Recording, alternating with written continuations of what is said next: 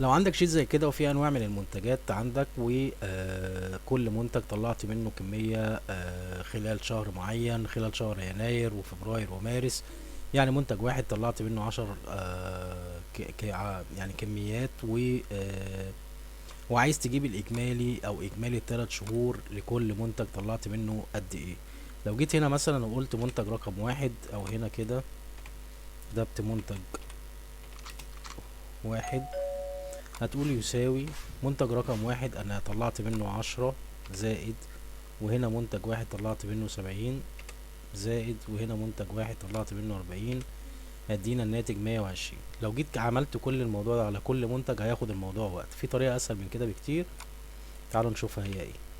اول حاجة هتعلم على الجدول ده كده، وتروح على داتا واداة كونسوليديت، وهختار من الفانكشن انا عايز صم، وهاجي اقف هنا كده وهعلم على رقم المنتج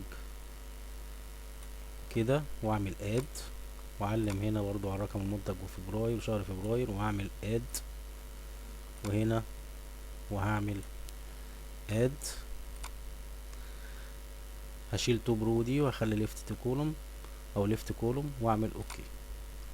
جمع لك الرقم المنتج ده 120. لو جيت هنا بصيت على المنتج رقم واحد، لو جيت جمعتها كنترول هنا وزائد منتج رقم واحد هيطلع لي 120 تحت.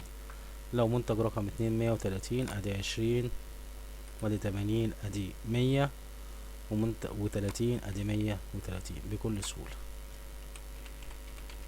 وتكتب هنا الاجمالي. بس كده خلاص. لو عجبك الفيديو اشترك في القناة وفعل الجرس عشان يوصلك كل جديد. ما تنساش تعمل فولو. السلام عليكم.